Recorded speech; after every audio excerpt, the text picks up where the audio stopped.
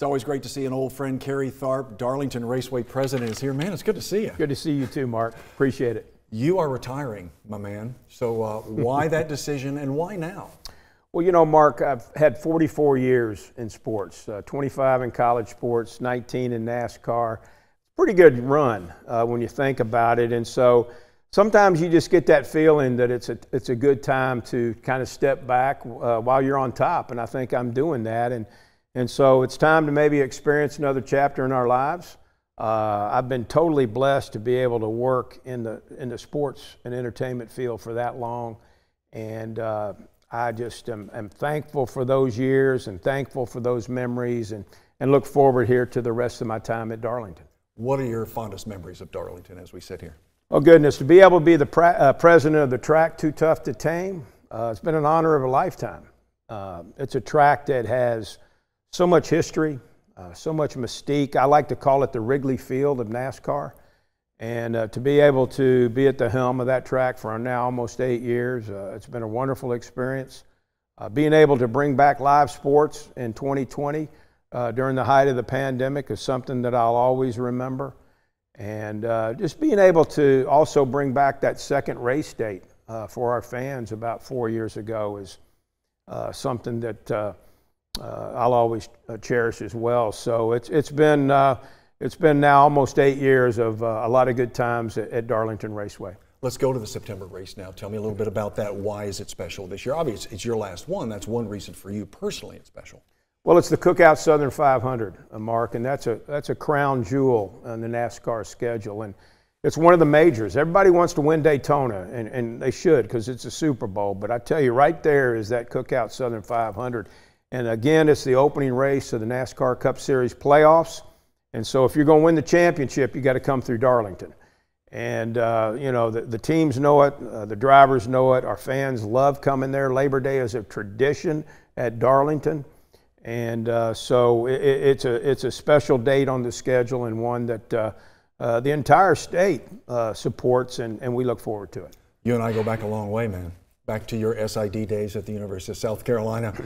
What I remember most about those, Kerry, is the great spread during the football game, the fried chicken and all the green beans and all that stuff. But yes, sir. What do you remember most about those days, too? Because a lot of folks in the state of South Carolina got to know you there. Well, I tell you, being able to be at the University of South Carolina and start living in the state of South Carolina. Even when I left to go to NASCAR for 11 years, I stayed in South Carolina, lived in Fort Mill up in York County. And so being able to be a part of the Gamecock program, and this was a long time ago, 1985 to 2005, and a lot of great memories, being around such great athletes as Sterling Sharp and B.J. Mackey and Todd Ellis and others, and being around some great coaches, Joe Morrison, you know, bless his heart, and Lou Holtz, Steve Spurrier. It was a really, really cool time to be able to be in college sports, and I'll always remember those years in Columbia. I've known you over 30 years. You just told me you were born in Louisville. I'm a Kentucky guy, and you went to Western Kentucky. I grew up 40 miles from Western Kentucky University. You were holding out on me, man. So are you? How much of you is the Bluegrass State, and how much is the Palmetto State? Well, obviously I was born in Louisville, and you notice how I pronounce it, Louisville, right? Right. And so grew up in Kentucky, went to school at Western, and then moved on to University of Tennessee, and got my master's, and then got into athletics after that. But I love the state of Kentucky. I certainly do.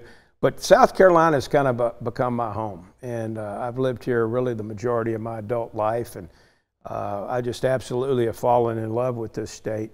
But I'll always have that special place in my heart for Kentucky.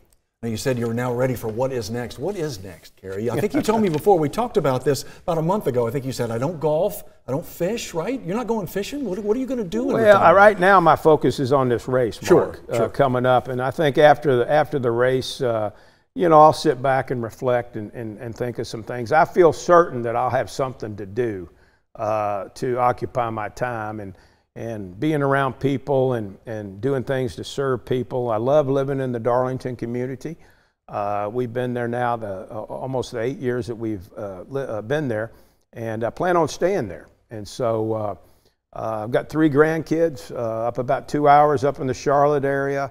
I've got some other loved ones that live in the Fort Mill, Charlotte area, and so I do play a little golf. I'm just not very good, so I'll probably play a little bit of that. But I feel certain that sometime in 2024, I'll be doing something on the side to occupy my time.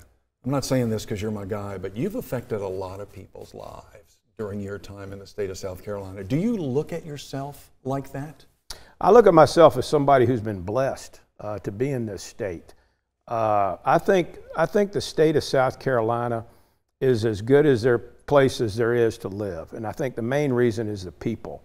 And I like to hear what Governor McMaster says. It's a handshake state, and so to be able to get to know the people in this state, whether it be through my 20 years at Carolina and Columbia, or living up in the Fort Mill area and now down in the PD area, as they like to call it, I just have absolutely fallen in love with the people around here. I think it's a beautiful state.